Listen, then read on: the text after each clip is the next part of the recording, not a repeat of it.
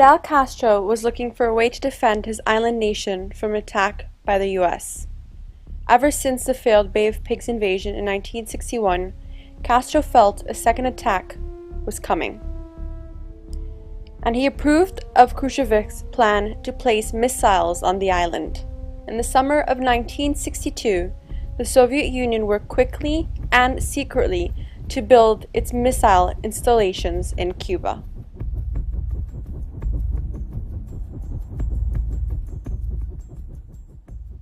The crisis began on October 15, 1962, when photographs revealed Soviet missiles under construction in Cuba.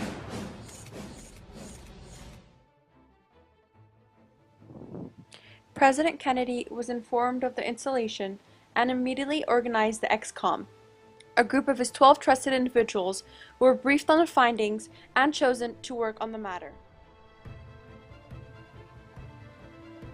Two principal courses are offered: an airstrike and invasion, which could lead to outright war, or a naval quarantine with a threat of further military action. To avoid arousing public concern, Kennedy maintained his official schedule in meetings, meeting with officials to discuss the status of events in Cuba and possible strategies. After 7 days of intense debate within government, plans for deploying naval units are drawn, and Kennedy begins a speech to notify the American people.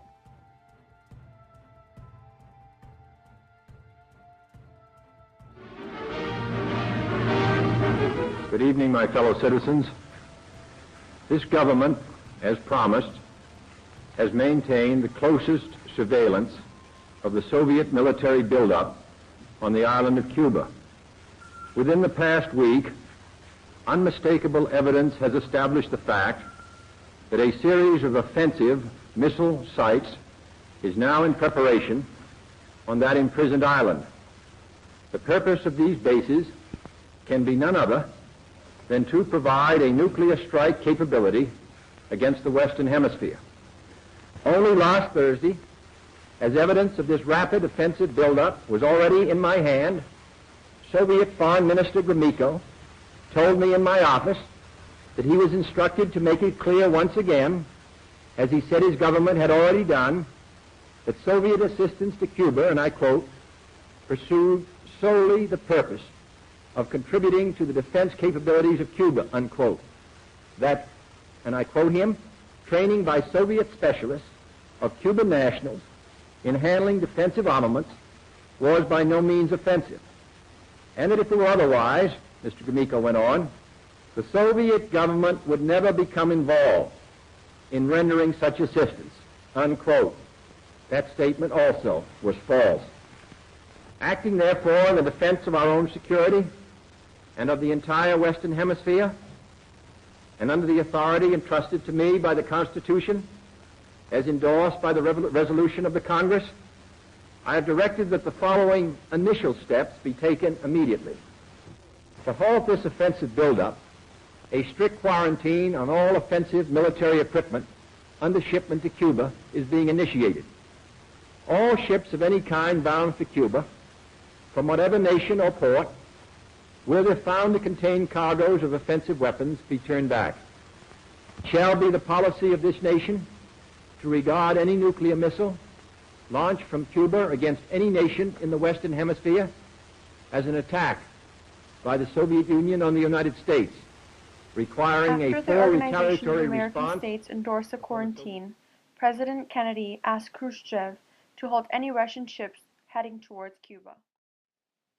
Soviet submarines threatened a quarantine by moving into Cuban area with military supplies. Some don't continue, but the oil tankers continue toward Cuba. The President's greatest concern is that U.S. Navy vessel would be forced to fire upon a Russian vessel, possibly igniting war between the superpowers. When Kennedy signed the quarantine proclamation, it was transmitted and delivered to the Soviet Union right away.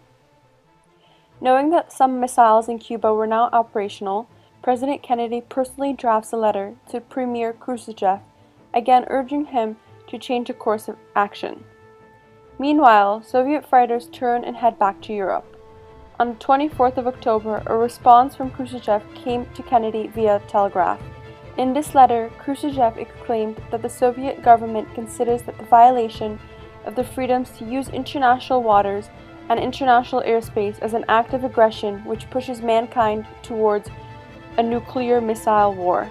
During this period, there was protest by Americans to give the tasks to the UN to take care of. Much public debate between the United States and the Soviet Union took place in the halls of the Soviet nations and the United Nations through letters.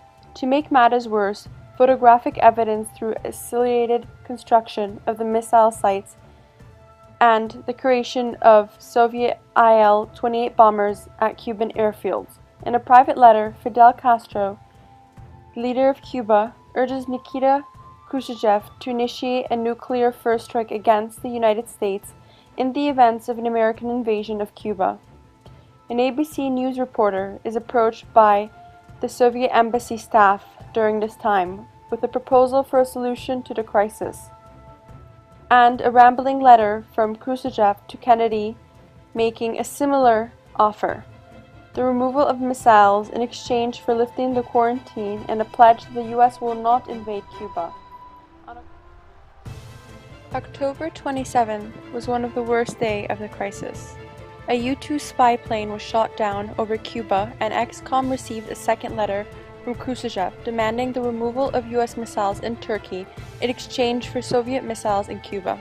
At a tense meeting of the Executive Committee, President Kennedy resists pressure for immediate military action against the Soviet missile areas and sites, and there is much debate within the government on military action, and an Air Force troop carrier is active and ready for duty in case an invasion is required.